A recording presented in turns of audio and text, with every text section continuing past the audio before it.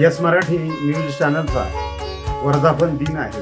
त्या वर्धापन दिनानिमित्त महाराष्ट्र राज्य शिक्षक परिषदेच्या प्राथमिक विभागातर्फे मी संजय बबनराव पगार राज्य कार्यवाह म्हणून त्यांना शुभेच्छा देतो.